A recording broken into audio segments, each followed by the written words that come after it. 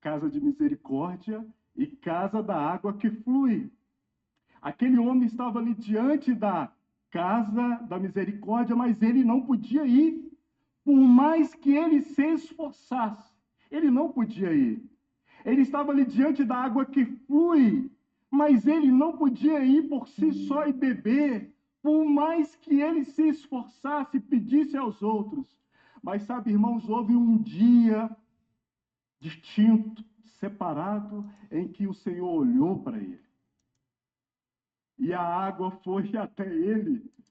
Ele não podia ir em direção às águas, mas a água foi até ele. E aqui eu estou me lembrando do Evangelho de João, no capítulo 4, da experiência da mulher samaritana, que quando o Senhor Jesus falou para ela, olha, se você soubesse quem está aqui, você iria pedir água para ele, e ele iria fazer nascer em você uma água que não seca mais, uma água que gera um movimento para a vida eterna. Aquele homem, há 38 anos, estava na deficiência dele, mas a água foi até ele. Esse é o movimento de Deus até nós, irmãos. Nós não temos capacidades em nós mesmos para irmos ao encontro de Deus. E o desejo de Jesus ali na ceia, em ter comunhão com eles, com os discípulos, fala disso. Fala da misericórdia de Deus que vem ao nosso encontro. Muitas vezes nós fazemos folhas de figueira, nós fazemos esforços religiosos. Muitas vezes nós estamos olhando para a nossa frente e vendo o movimento das águas, mas nós não conseguimos beber. Mas há um dia especial para nós, irmãos.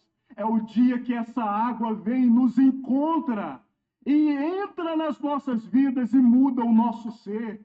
Esse é o momento que forma-se em nós um rio novo. E esse rio conecta o nosso coração ao trono de Deus. E há dois movimentos lindos nisso, que nós vemos no Evangelho de João e em Apocalipse.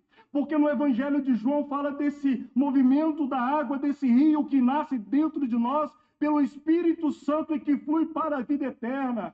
Mas lá em Apocalipse nós vemos o rio da água da vida que sai do trono de Deus e vem em direção ao homem. Então, irmãos, nós vemos essa conexão do rio de Deus mesmo que está no trono, mas de Deus mesmo que está nos nossos corações, irmãos.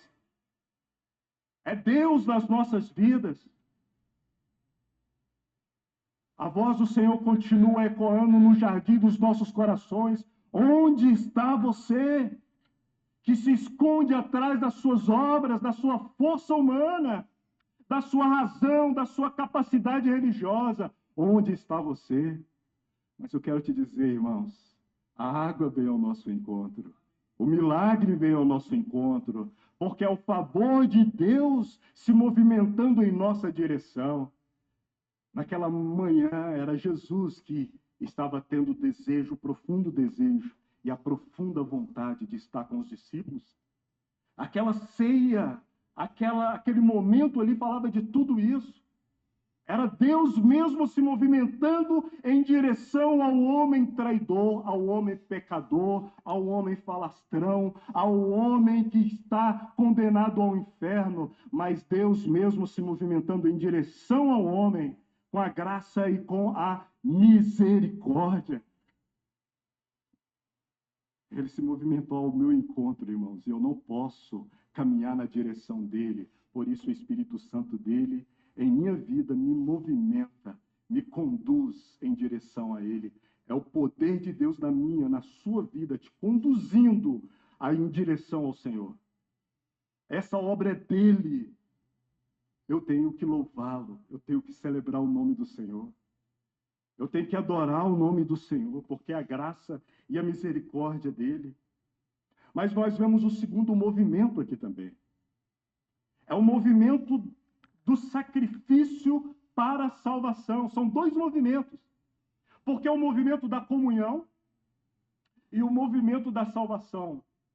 Por um lado, nesse texto de Lucas, nós vemos a alegria de Jesus e o anseio e o profundo desejo de Jesus de se alegrar, de se alimentar, de olhar nos olhos de cada um deles. Eu fico imaginando, irmãos, todo o contexto daquele dia de preparação. A Páscoa era algo sanguinário. Muitos animais iriam morrer, muito sangue seria derramado. Mas ali, diante dos olhos daqueles discípulos, estava a Páscoa final, diante deles. Numa pessoa, a última Páscoa, a Páscoa final. Nele estava se cumprindo toda a palavra e todos os símbolos, todos os tipos anunciados no Antigo Testamento estava se cumprindo ali, diante dos olhos de Jesus. Naquela mesa, naquela ceia ali. Então, se por um lado ali era a Páscoa final, por outro lado era a primeira ceia. E eu digo aqui, era uma ceia profética. Na pessoa de Jesus ali, era o fim do Antigo Testamento. Por quê? Porque na pessoa dele estava se cumprindo tudo. Ele é o homem perfeito. Ele cumpriu e vivenciou todo o cumprimento da lei. Tudo estava ali nele. Então, o selo sobre o Antigo Testamento, cumprindo, mostrando de uma forma ali profética, e toda a tipologia estava ali. Mas ali, irmãos, estava o início do Novo Testamento, da nova aliança. Então era uma celebração incomum e extraordinária naquele momento, naquela ceia. E nós repetimos isso, irmãos, todo domingo, toda reunião de ceia, nos lembrando e fazendo menção das glórias do nosso Senhor.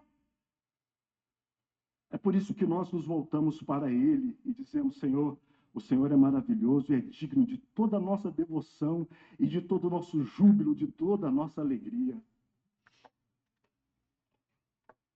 Mas ali havia o movimento do sacrifício ali. Porque, irmãos, Jesus tinha a completa consciência, não só da alegria que ele teria ali de estar com os discípulos, da comunhão, mas ele também tinha completa consciência da dor que ele iria passar. Sabe, eu fico imaginando Jesus lendo o Antigo Testamento, lendo o Êxodo, lendo o Levítico, e vendo os cordeiros sendo imolados. E eu fico imaginando, será se Jesus ali, lendo aqueles textos, ou nas sinagogas, ouvindo alguém ler aqueles textos, ele sentia ali, já na sua carne e no seu corpo, por causa da sua consciência sobre o sofrimento que ele iria passar? Ele sabia, irmãos, desse sofrimento que ele iria passar. E sabe que algo mais que eu olho nesse texto é porque a consciência da dor que ele tinha não o impediu de caminhar em direção ao sofrimento. Quando você tem consciência de uma possível dor, no seu instinto, instintivamente, no reflexo, você nega a sua mão, você nega o seu corpo, você foge da dor, você corre da dor. Mas o desejo de Jesus, o anseio de Jesus, mesmo com a consciência da dor, o moveu em direção à cruz, à dor, ao sacrifício, por amor a Deus e por amor a todos nós. Nós nos negamos, nós fugimos da dor e do sofrimento. E é normal isso. É o nosso instinto de autopreservação. Mas em Jesus não havia esse instinto de autopreservação, havia um instinto de doação. Ele estava se doando para nós ali, irmãos. Com toda a consciência e com todo o entendimento de toda dor, ele estava se entregando. Em Isaías, capítulo 53 e versículo 4, nós sempre voltamos em Isaías 53, né, irmãos? Que maravilhoso, né? O texto lá diz assim: verdadeiramente, ele tomou sobre si. E o texto também diz: ele levou sobre si. E eu quero te explicar, a iniciativa foi dele. Ele tomou. Ele levou. A iniciativa foi dele. A nossa iniciativa é a de Adão. É de correr, de se esconder e de fazer coisas para nos justificarmos. Quando alguém foi mostrar um erro seu, lembra daquela ansiedade que te surgiu para interromper a pessoa e você justificar o seu erro e colocar uma outra cena, mostrar que aquilo não é bem aquilo não, e por causa do seu orgulho e do seu ego, você estava tentando criar um outro cenário para se justificar? Isso é Adão. Folhas de figueira, não é? Mas o Senhor, ele continua vendo a nós. A iniciativa foi dele e a ação foi dele. É Deus vindo em direção ao homem para a comunhão e naquela mesa, naqueles dias, para o sofrimento, porque ele estava vindo para salvar. Ele estava vindo para ter comunhão com o homem. Ele estava vindo para celebrar uma nova realidade, um novo tempo e um novo momento. Aquela última